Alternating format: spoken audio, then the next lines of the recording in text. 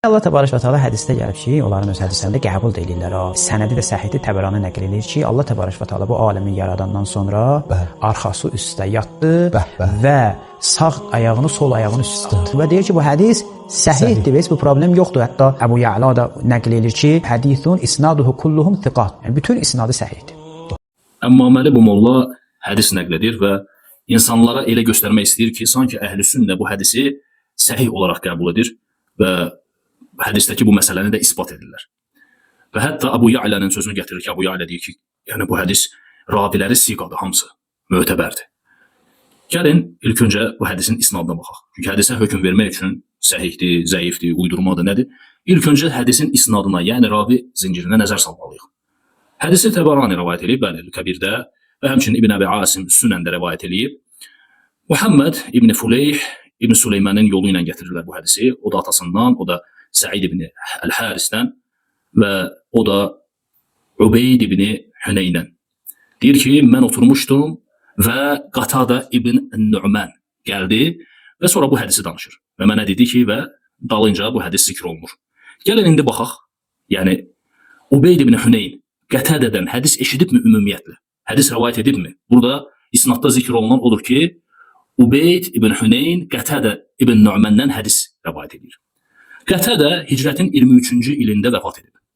Ubeyd ibn Hüneyn isə hicrətin 30-cu ilində yəni anadan olub. Yəni bu necə ola bilər ki, yəni aralarında gör nə qədər fərq var. 23-cü ildə biri vəfat edir, digəri 30-cu ildə də doğulub. Deməli bunlar bir-birini görməyiblər. Yəni Qətədə Ömər radiyallahu anh onun xilafəti zamanı vəfat edib və Ömər hətta ona cənazə qılıb. Ubeyd isə yəni 105-ci ildə vəfat edib 75 yaşında. Yəni bunu Vaqidi rivayət edir və həmçinin İbn Kəsir və digərləri. Yəni bu ravilər bir-birlərini görməyiblər. Deməli sənəddə inqita var, yəni qırıqlıq. Artıq bir hədisin sənədində, isnadında yəni qırıqlıq varsa, deməli bu hədis səhih ola bilməz.